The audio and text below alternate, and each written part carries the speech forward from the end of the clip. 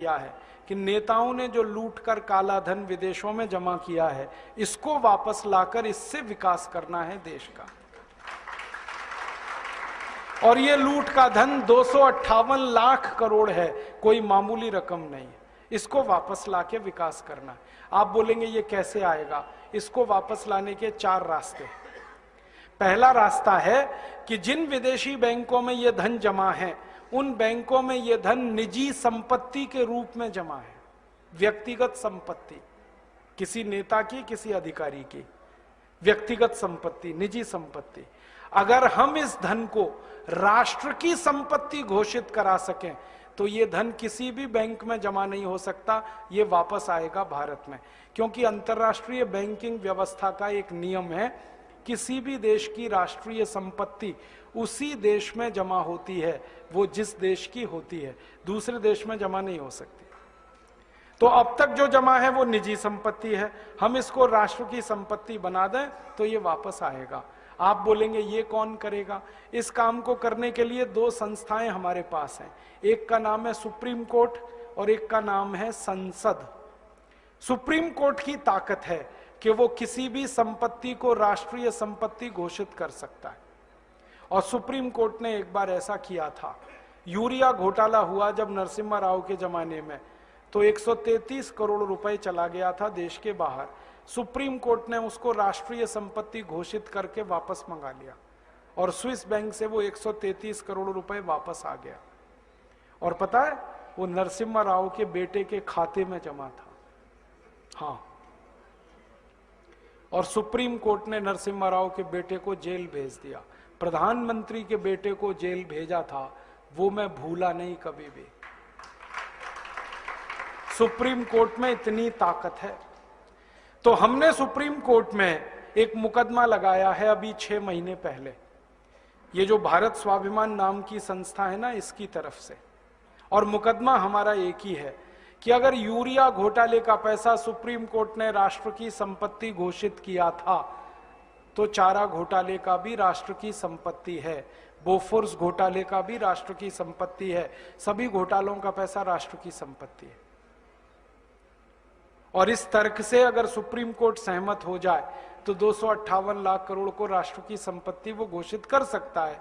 और ये घोषणा होते ही हम इंटरनेशनल कोर्ट ऑफ जस्टिस में जा सकते हैं फैसले को लेकर, और आईसीजे ऑर्डर करे तो दुनिया के 70 देशों की बैंकों को पैसा वो वापस करना पड़ेगा भारत को।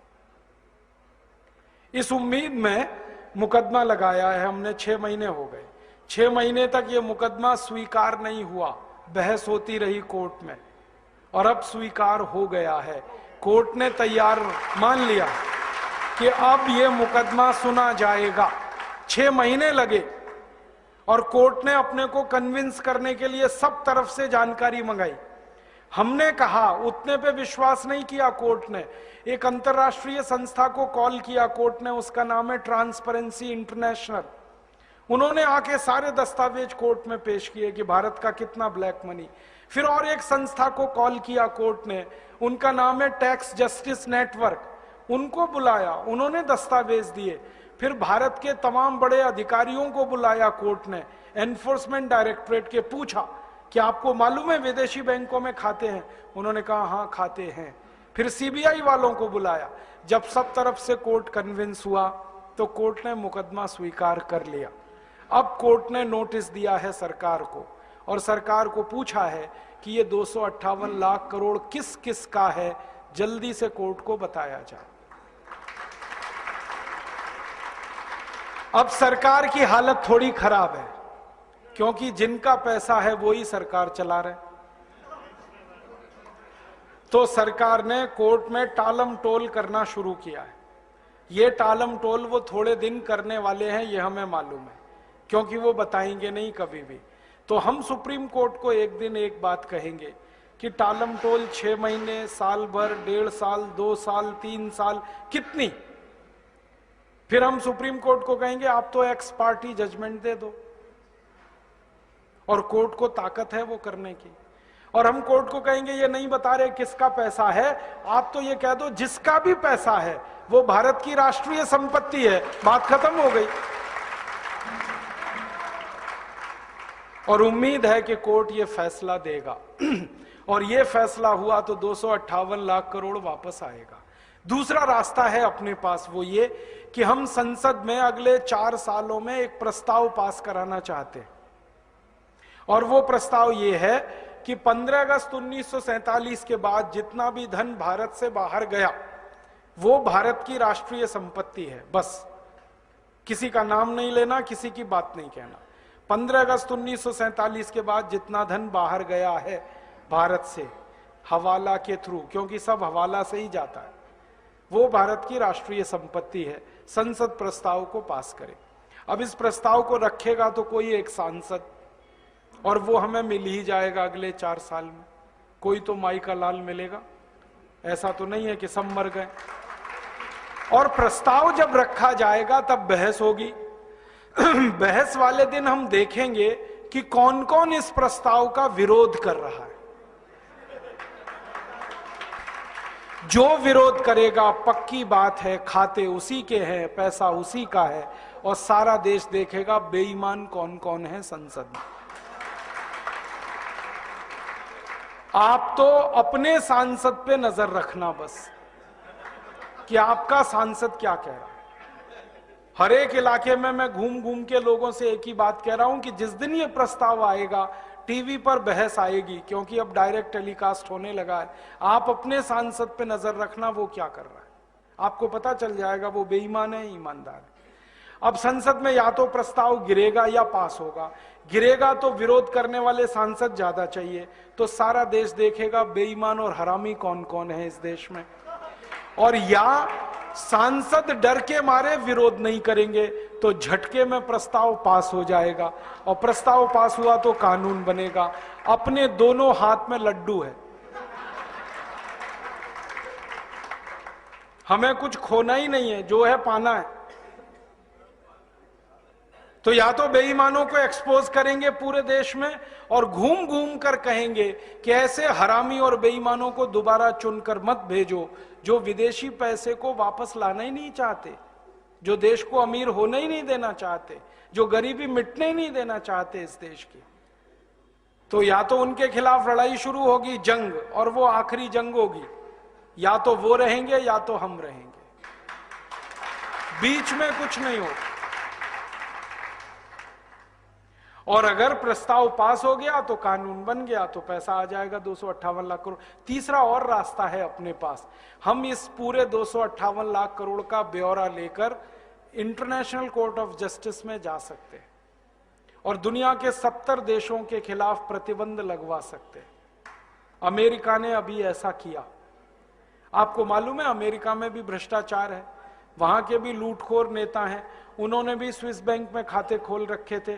बराक ओबामा ने अभी एक झटके में वो सब ठीक किया। उसने कानून बनवाया पहले अपने देश में, और वो कानून से पैसा ले आया। स्विस बैंक से 780 अरब डॉलर लाया निकाल के बराक ओबामा, और उसने अपनी इंडस्ट्री में लगा दिया वो पैसा। और अमेरिका के 19,780 खाते बंद कराए उसने। तो ये बराक ओबामा अगर कर सकता है तो भारत भी कर सकता है। बस अंतर इतना है कि अमेरिका को बराक ओबामा मिल गया है, भारत को एक बराक ओबामा की तलाश है। अगले 4-5 साल में मिलेगा, कोई ना कोई तो निकलेगा। भारत माता वीर विहीन नहीं है, निपूती नहीं है, बांझ नहीं है। जब जरूरत पड़ती है इस माता ने बड़े बड़े लाल पैदा किए हैं देश की समस्याओं का समाधान करने। आगे भी होगा, इसका विश्वास है हम। और ये काम हम बराक ओबामा की तरफ से भी कर सकते। बराक ओबामा ने अभी एक बहुत रोचक बात कही। हमारे प्रधानमंत्री गए थे अमेरिका, अभी मालूम है मनमोहन सिंह अमेरिका गए। बराक ओबामा ने मनमोहन सिंह को ऑफर किया, देखो मैंने स्विस बैंक से पैसे निकाल लिए, आपको निकलवाने? ऐसे ही बोला उसने, आपको निकलवाने, मैं मदद करता हूं आपकी। तो मनमोहन सिंह की ऊपर की सांस ऊपर, नीचे की नीचे, ना हां कहा ना कहा। फिर उसने कहा मैं भारत की मदद करना चाहता हूं सीरियसली इस काम में, और मैंने जैसे पैसा निकाला है स्विस बैंकों से मैं वो बताना चाहता हूं, आप ऐसे निकालो। अब मनमोहन सिंह चुपचाप लौट आए, क्योंकि उनको बोलते ही नहीं बनता, क्योंकि सरकार चलाने वालों का पैसा है, बात ही नहीं करते वो। तो बराक ओबामा तैयार है, वो कहता है मैं मदद करूंगा भारत की। क्यों? वो कहता है भारत की मदद इसलिए करनी है, भारत महान देश है, ये वो बोलता है। और भारत की महानता जब वो गिनाता है ना, तो सबसे पहले कहता भारत बजरंगबली का देश है, हनुमान जी का देश। और वो हनुमान जी का भगत है बराक ओबामा। उसने मंदिर बनाया है, मालूम है?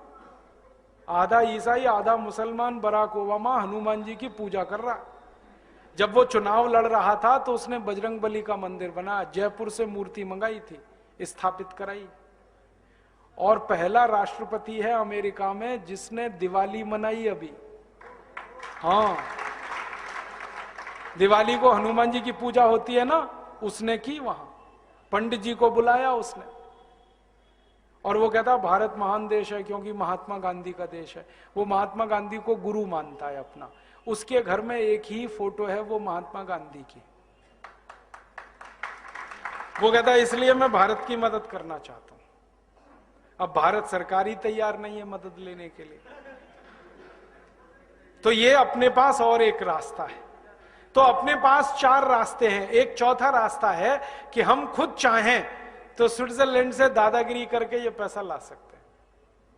स्विट्जरलैंड के पास ना आर्मी है, ना एयरफोर्स है, ना नेवल फोर्स है, छोटा सा देश है। हाँ, जनसंख्या भी इतनी कम है जितनी तो हमारे एक जिले में है, उतनी तो स्विट्जरलैंड पूरे देश में नहीं। मैं तो मजाक में कभी कभी ये कहता हूं कि सारे भारतवासी, माफ करना ये कहने के लिए, इकट्ठे होकर पेशाब कर देंगे तो स्विट्जरलैंड बह जाएगा। इतना पिद्दी सा देश है।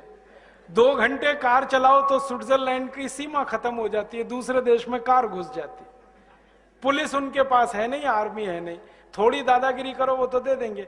अमेरिका ने अभी कहा था उनको कि इराक का ध्यान है, अफगानिस्तान का ध्यान है, वो आपका भी हाल हो सकता है। तुरंत उन्होंने पैसे निकाल के दे दिए, 1 मिनट नहीं लगा। तो अपने पास 4 रास्ते हैं, पहले तीनों रास्तों का उपयोग करेंगे। कानून से वो पैसा लाएंगे, क्योंकि गलत कानून के कारण वो पैसा गया है, तो कानून सही करके उसको वापस लाएंगे और भविष्य में ये पैसा बाहर ना जाए इसकी पक्की व्यवस्था करेंगे। पहला कानून। दोस्तों, सबसे पहले तो चैनल सब्सक्राइब करें, फिर लाइक, कमेंट और शेयर करें। और हाँ, हमारा एंड्रॉयड ऐप डाउनलोड करना ना भूलें।